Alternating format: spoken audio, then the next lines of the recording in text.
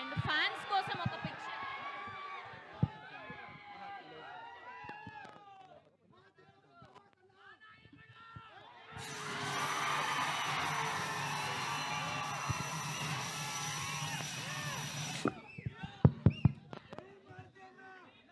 నిజంగా మీ అభిమానం, మీ ప్రేమ ఆయన గుండెల నిండా నింపేసుకున్నారు. కానీ ఎంత ప్రేమ అంటే మీరు అనుకుంటున్నారు మీరు పిచ్చిగా ప్రేమిస్తున్నారని, కానీ మీకంటే 1000 టైమ్స్ ఎక్కువ ప్రేమిస్తున్నాడు మిమ్మల్ని ఆయన.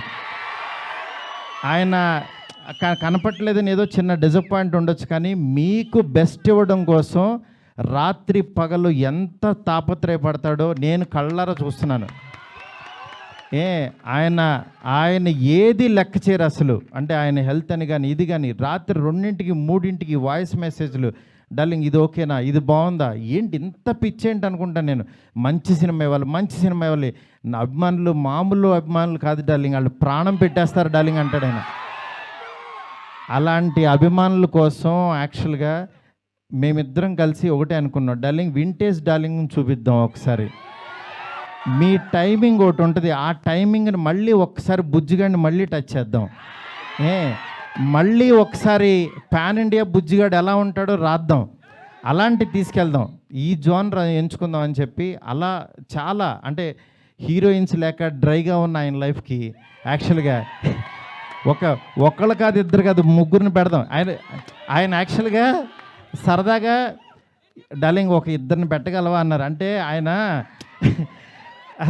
సలార్లో యాక్చువల్గా ఎవరు లేరు, ఉన్న అమ్మాయి కూడా ఎప్పుడో వస్తుంది, నెక్స్ట్ కలికి కూడా సరదాగా ఎప్పుడో ఒకళ్ళు వచ్చినా వెళ్ళిపోద్ది అదొక వాళ్ళు.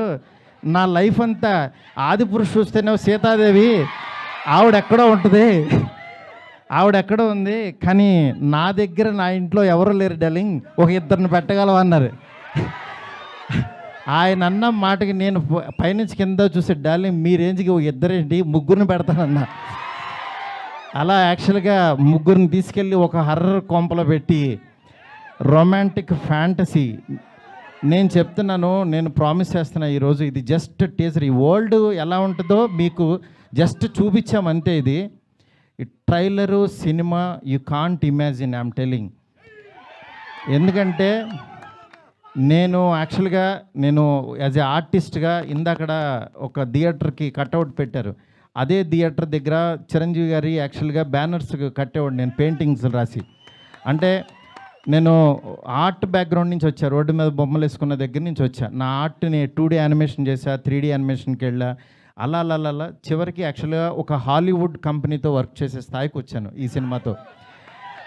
నేను అందుకని చెప్తాను, యాక్చువల్గా మీరెవరు దయచేసి టైం వేస్ట్ చేసుకోవద్దు, ఎవరు హార్డ్ వర్క్ చేయండి, డెఫినెట్గా వన్ డే మీది అవుతుంది.